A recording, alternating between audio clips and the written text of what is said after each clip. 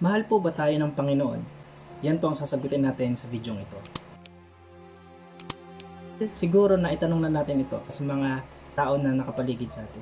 Siguro meron kang pinagdaanan na matindi, meron kang kalungkutan na naranasan, at natanong mo, mahal ba tayo ng Diyos? O minamahal ba ng Diyos ang tao? So, ano po ba yung sagot sa tanong na yan? Mahal po ba tayo ng Diyos? Ang sagot po ay opo. Mahal na mahal tayo ng Diyos. Minamahal po tayo ng Panginoon. Katunayan, ang sabi ng salita ng Diyos sa John chapter 3, verse 16, sapagkat ginalamang ang pag-ibig ng Diyos sa sanlibutan na ibinigay niya ang kanyang tanging anak upang sino mang sa kanya ay sumampalataya ay huwag mapahamak kundi magkaroon ng buhay na walang hanggan. Katunayan po, sinabi ng Biblia na mahal tayo ng Panginoon at ginawa niya yun sa pamamagitan ng pagbibigay ng kanyang tanging anak o yung tinatawag na bugtong na anak na si Jesus sa krus ng Kalbaryo ay namatay at tumigis ang dugo. So, ang pag-ibig ng Diyos ay hindi masayo. Ito'y walang hanggan. Hindi ito nasusukat. Bata, matanda, anumang edad natin, mahal tayo ng Panginoon. At nasasabi lang natin at natatanong natin sa ating sarili, mahal nga ba tayo ng Diyos? Kasi dumadaan tayo sa mga matitinding pagsubok at matinding kalungkutan.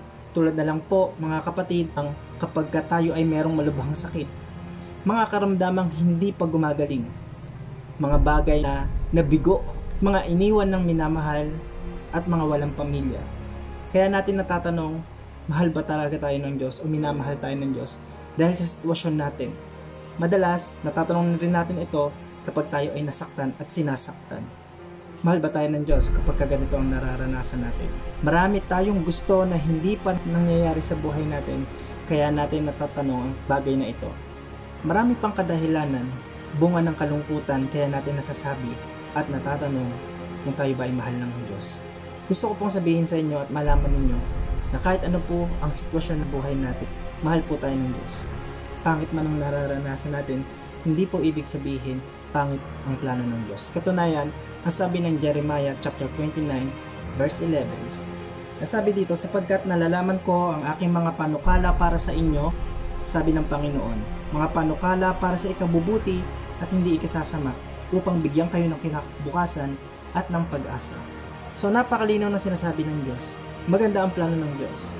Kaya lang natin nasasabi na hindi tayo mahal ng Diyos at madalas natin na itatanong ito dahil sa matinding kalungkutan o karamdaman. Pero lagi po natin tatandaan, ano man ang sitwasyon natin sa buhay, ano man ang pinagdadaanan natin ngayon, nahihirapan man po tayo po ay mahal ng Panginoon. Gusto ng Diyos na hindi tayo manatili sa kalalagayan natin na nahihirapan. Ang plano ng Panginoon ay mabuti at bigyan tayo ng pag-asa. Mga kapatid, gusto naman po ang nawawala ng pag-asa sa oras na ito. Lagi po natin tatandaan ang salita ng Diyos at ang kanyang mga pangako na mahal tayo ng Diyos at mayroon siyang magandang layunin sa buhay po natin. Ilang katunayan pa po na sinasabi ng Biblia na mahal tayo ng Diyos. Ang sabi po ng Romans chapter 6 verse 23, sapagkat ang kabayaran ng kasalanan ay kamatayan, ngunit ang kaloob ng Diyos na walang bayad ay buhay na walang hanggan kay Kristo Jesus na Panginoon natin. So sinasabi po doon na ang Diyos ay nagmamahal sa atin. Katunayan po na mahal tayo ng Diyos, si Jesus ay nagkatawang tao, napako sa krus, tumigis ang kanyang dugo, namatay at muling nabuhay para sa kaligtasan ng ating mga kaluluwa. Lahat po tayo ay papunta sa kapahamakan. Lahat tayo ay kandidato na mapahamak dahil sa mga nagawa nating kasalanan. Katunayan po ang sabi ng salita ng Diyos, Romans chapter 3 verse 23, basahin po natin. Yamang ang lahat ay nagkasala at hindi nakaabot sa kaluwalhatian ng Diyos. So, ang sabi po doon mga kapatid, ang bunga ng ating kasalanan ay kapahamakan. At ang kapahamakan iyon ay yung impyerno. Hindi po ito pag namatay tayo ay tapos na. Hindi po. Merong afterlife pag tayo ay namatay sa mundong ito. At ang sabi pa ng Biblia, dahil sa mga kasalanang ito, tayo po ay mabibilang sa mga mapapahamak. At ang gusto ng Diyos, tayo po ay iligtas sa kapahamakan na iyon. Sabi dito, ang kasalanang iyon ay mga bagay na ganito. Pumatay, magnakaw, mangalunya, magsinungaling. At hindi lang po yun ang kasalanan na binabanggit dito. Kasalanan rin po ang itanggi ang Panginoon sa buhay po natin. So kasalanan din po ang nagsisilbing malaking pader na nakaharang po sa atin para hindi po natin makausap ang Diyos at hindi natin hanap ang kalooban ng Panginoon dahil sa mga kasalanan iyon. Lahat po ng kasalanan ay merong consequences. At gusto po ng Diyos na tayo ay makawala at maalis doon sa ganong pamumuhay sa pamamagitan po ng pagtalikod sa kasalanan at pagbabalik loob sa Panginoon.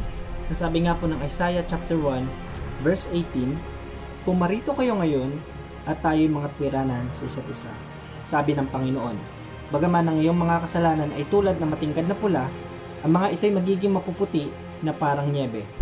Bagaman ito'y mapulang mapula, ang mga ito'y magiging parang balahibo ng tupa." Sa pagtalikod po natin sa ating mga kasalanan, lagi po natin tatandaan, gaano man po kapula na parang dugo ang ating kasalanan, kaya pong gawing maputi at busilak ng Panginoon sa pagtalikod natin, pagbabalik loob sa Panginoon, sa paghingi natin ng tawad at pagsisisi po. Sabi rin po sa Romans chapter 10 verse 9, sabi po ng Biblia, "Sapagkat ko ipapahayag mo sa pamamagitan ng iyong bibig na si Jesus na Panginoon at sasampalataya ka sa iyong puso na binuhay siyang muli ng Diyos mula sa mga patay, ay maliligtas ka." Nasabi rin ng 1 John chapter 1 verse 9, "Kung ipapahayag natin ang ating mga kasalanan, siya ay tapat at banal na magpapatawad sa ating mga kasalanan at tayo lilinisin sa lahat ng ating kalikuan." So ang paghingi ng tawad sa Panginoon, kailangan po natin merong taimtim na pagsisisi, pagbagit po ng ating mga kasalanan sa pamamagitan ng ating bibig. Kailangan i-confess po natin to hindi lang sa isip, gamit po ang bibig. Sa pamamagitan ng pagtalikod sa kasalanan at pagbabalik loob sa Panginoon, tayo po ay mapapatawad sa ating mga nagawang kasalanan. Malit man to o malaki, ito ay mapapatawad kapag tayo ay naging totoo na nagsisi at humingi ng tawad sa Panginoon, tumalikod at magbalik loob sa Panginoon. Isang pananalangin mag-guide po sa atin. Ito yung tinatawag po na prayer of acceptance. Kung gusto nyo pong manalangin, humingi ng tawad sa Diyos at manumbalik sa kanyang kalooban, hindi nyo po ang panalangin. Pwede nyo pong sabihin sa pamamagitan ng inyong bibig, "Panginoon, ako, si Gab Bueno, humihingi ng tawad sa aking mga nagawang kasalanan. Narito po ako, handang magbago at handang sumunod sa inyo. Pinagsisisihan ko po lahat ng aking mga nagawang kasalanan. Nais ko pong mabuhay na kasama po kayo habang nandito sa inyo. Isulat niyo po ang aking pangalan sa aklat ng buhay diyan sa langit ng bayan. Sa pangalan ni Jesus, Amen." Mga kapatid, kung naging totoo po tayo sa ating mga panalangin gayon, tiyak na narinig ng Diyos at tayo napatawad sa ating mga nagawang kasalanan. Huwag po natin isipin na hindi tayo pinatawad ng Diyos, kasi sabi mismo ng salita ng Diyos, kaya tayong patawarin kung tayo magiging totoo sa ating mga panalangin at sa ating mga pagsisisi. Gusto po ng Diyos na lalo po tayong makilala at gusto ng Diyos na lalo tayong lumalim sa pagkakilala sa Kanya sa pamamagitan po ng pagbukas ng pintuan ng ating puso at lubusang makapasok ang Diyos sa buhay natin sa tulong po ng pag-aaral ng Kanyang mga salita. Sabi nga po sa Revelation chapter 3 verse 20, "Makinig ka, ako'y nakatayo sa may pintuan at tumutok-tok. Kung diringgin ng sino man ang aking tinig at bubuksan ng pinto, ako'y papasok sa kanya at kakain kasalo niya at siya'y kasalo ko." So mahal po tayo ng Panginoon at gusto nga po niya tayo ay makasama sa hapag niya. Sabihin po, gusto niya tayo maka-fellowship dahil sa hapag po, nandun nagkakakilanlan ng lubusan.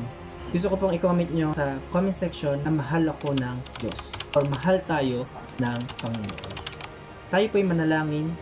Panginoon, salamat po sa mga taong nakinig, sa mga taong tumanggap po sa inyo, hindi po aksidente, narinig nila ang aral na ito. Patuloy pa kayo kumilos sa kanilang mga buhay. Palain niyo po ang bawat isa. Panginoon, ingatan niyo po sa pagkakasala. At anumang Panginoon ang pinagdadaan nila, tulungan niyo po Panginoon ang bawat isa. Sino man po may sakit, sino man po Panginoon may karamdaman sa oras na ito, pagaling niyo po sa pangalan niyo Panginoon Jesus. Ito pong aming dalangin, Jesus mighty name. Amen. Mga kapatid, salamat po sa inyong mga pakikinig. Tayo po ay pinakinggan ng Diyos. Marami nawa tayong natutunan hanggang sa susunod po natin na video. God bless you po.